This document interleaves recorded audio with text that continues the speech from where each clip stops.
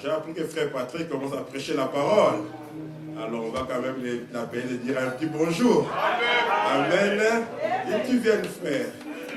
Viens dire un petit bonjour à l'église. Je sais, je suis à ma femme. Je suis là.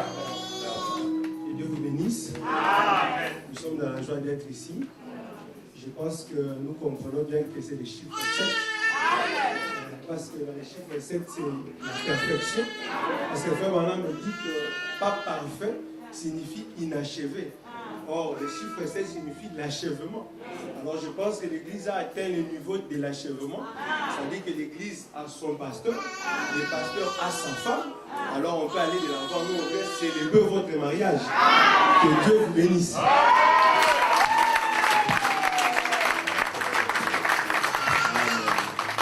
Alors, très bienvenue, si n'est pas venu seul. C'est votre épouse, hein, je ne la connais pas trop bien. Si vous pouvez vous lever. Amen. C'est l'épouse du frère bienvenu. Alors, frère bienvenu, nous avons quelques minutes. Amen. Dites quelque chose à l'église quand vous représentez votre assemblée. Amen. Et moi, demain, je vais présenter aussi mon équipe. Mon équipe de choc. Amen. Ce qui font que nous puissions persévérer, nos sœurs et nos frères. Sœur Rachel, que Dieu te bénisse. Toi, Taïba. C'est l'ami de ma femme. Amen. Come on, brother. C'est aussi notre interprète, frère bienvenu. Comme ça, moi, je vais me reposer. Il va interpréter le frère Ben. Le frère Ben Norod. Et lui-même, frère Ben, va introduce his wife. Frère Ben n'est pas venu seul non plus. Amen.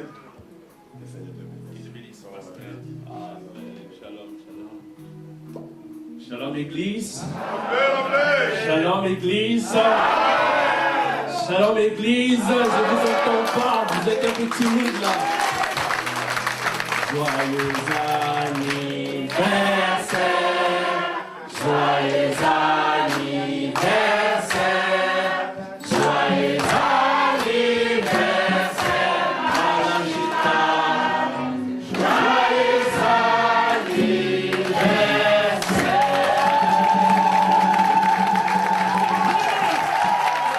Bravo Seigneur. Joyeux anniversaire. Joyeux anniversaire.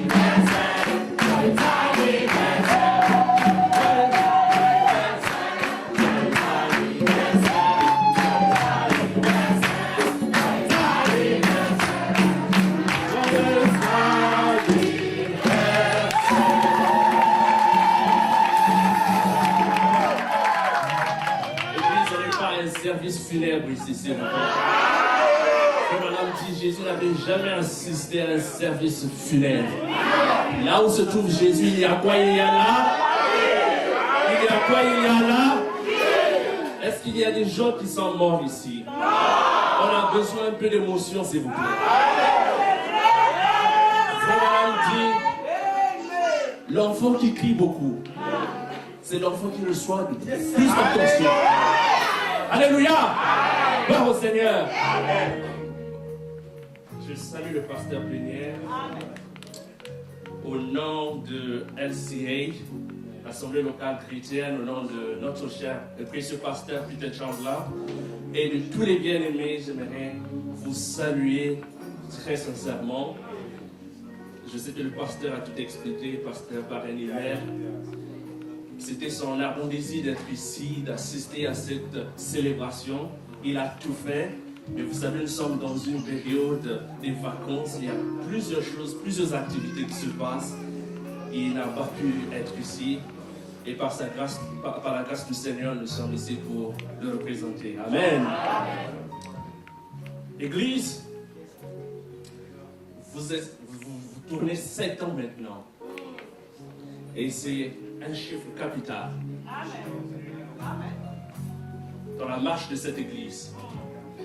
La dernière fois que nous sommes venus ici, l'église n'était pas... Enfin, l'église était en pleine rénovation. Je me souviens, c'était lors de l'anniversaire du mariage de notre bien-aimé frère Emmanuel.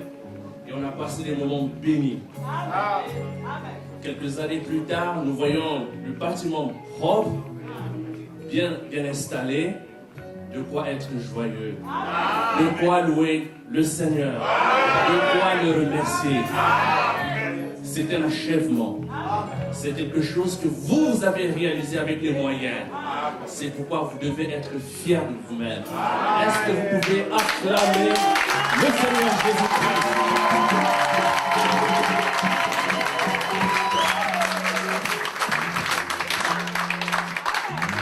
Je sais que le pasteur Péniel est un homme très occupé. La dernière fois, c'était une visite éclair à Londres. Mais rien que la salutation nous avait énormément bénis. C'était dans l'ordre, mais alors une grande bénédiction pour nous. Et depuis lors, nous l'attendons et je sais que par la grâce du Seigneur, nous le verrons très bientôt. Amen. Ma salutation Église, c'est simplement pour vous annoncer que nous avons reçu un évangile surnaturel. Amen. Notre évangile n'est pas un évangile historique. Notre Dieu n'est pas un Dieu historique. Ce message, ce doux message, n'est pas un message que nous devons saboter comme les gens sont en train de le saboter aujourd'hui. Dieu lui-même est descendu. C'est saisi de cet homme, William Marion Branham. Je dis toujours aux jeunes, servez-vous de ce message. Jeunes, servez-vous de ce message pour réaliser votre potentiel. Ce message peut être un acquis, quelque chose que vous pouvez utiliser dans votre marche et réaliser vos ambitions, quelles qu'elles soient. Amen. C'est un précieux message. Il y a la vie dans ce message. Il y a la délivrance dans ce message. Il y a le salut dans ce message. Il y a la joie dans le message. Il y a la restauration dans ce message. Il y a la force dans ce message. Et je le prends encore, il y a la guérison dans ce message. Il y a la guérison dans ce message. Nous l'avons expérimenté. Jésus-Christ a prouvé qu'il est le même hier, aujourd'hui et éternellement. Il est Hébreux 13:8. À quoi nous servira le Dieu d'histoire s'il n'est pas le Dieu au temps présent? À quoi nous servira-t-il un Dieu historique si cette même histoire ne se répète pas aujourd'hui? À quoi te servira-t-il ce Dieu-là, mon frère, ma soeur? Il est Hébreux 13. Il est Hébreux 13:8. Le même hier, aujourd'hui et éternellement. Et je sais que nous sommes limités par le temps.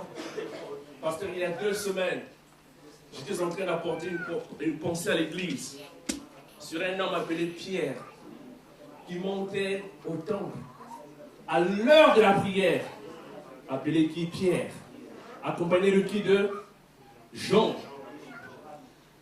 À la porte d'entrée, il y avait un homme boiteux, infligé dans le sein de sa mère par l'ennemi. Son expectative ce jour-là était limitée. Il n'était pas, en d'autres termes, dans l'expectative selon ce qu'il dit frère. Parce qu'il avait déjà vu Pierre, il avait déjà vu Jean passer par là, y compris le Seigneur Jésus bien avant. C'était des hommes qui revenaient de la Pentecôte. Cette fois-ci, leur visage rayonnait. Ils avaient quelque chose de différent. Frère Madame dit, si cette fois-ci, cet homme n'avait pas aussi quelque peu son expectative, il allait rater ce qui allait suivre.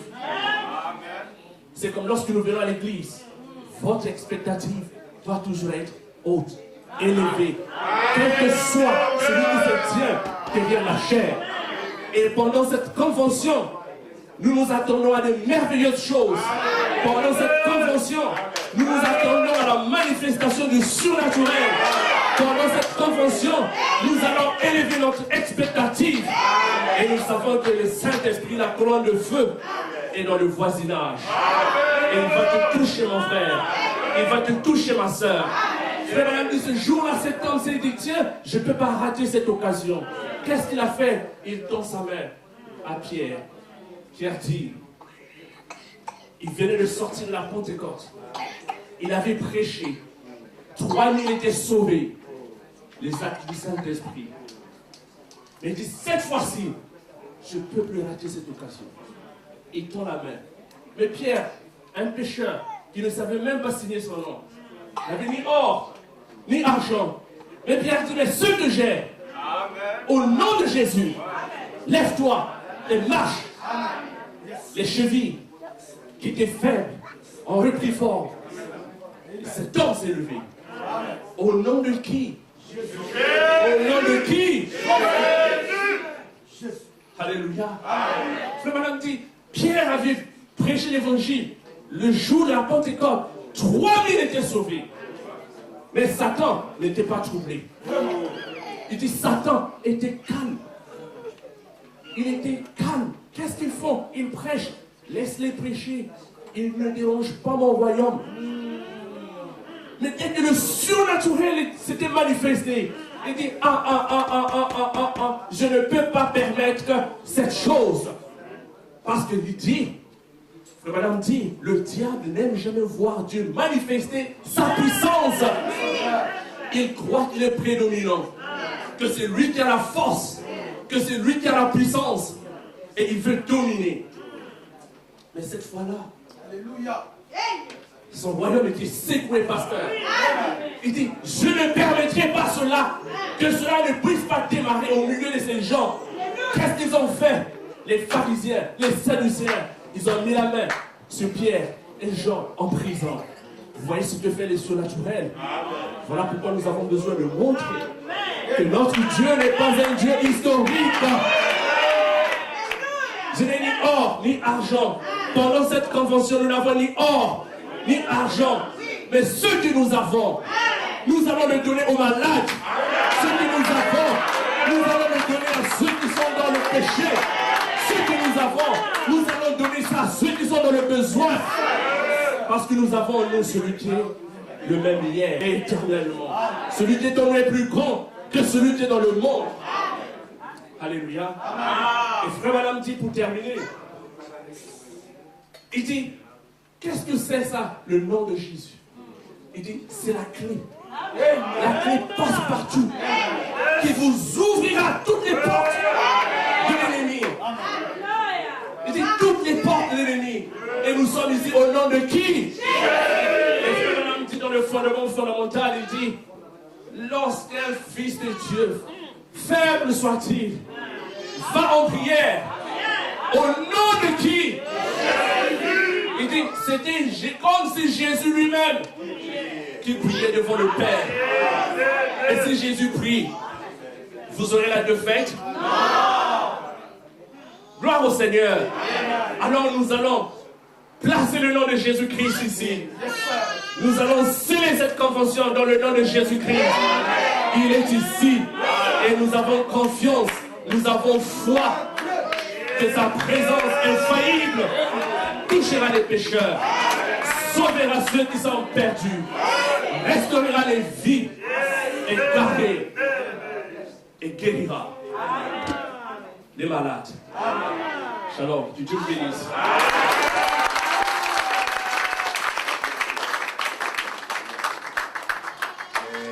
Que Dieu soit béni. Lèvons-nous, on va accueillir notre frère qui va nous apporter la parole, le frère Ben Norod. Prenons les psaumes 23. Si nous avons 7 ans, c'est parce que le psaume 23 s'était accompli. L'Éternel, qui est notre berger, nous a gardés pendant tous ces temps, dans les difficultés, dans les épreuves. Il a déjoué tous les projets de l'ennemi et nous voulons lire ces psaumes. On va chanter un chœur pour appeler le frère Ben. En fait, c'est Benjamin. Benjamin, on coupe sa peine. Psaume 23.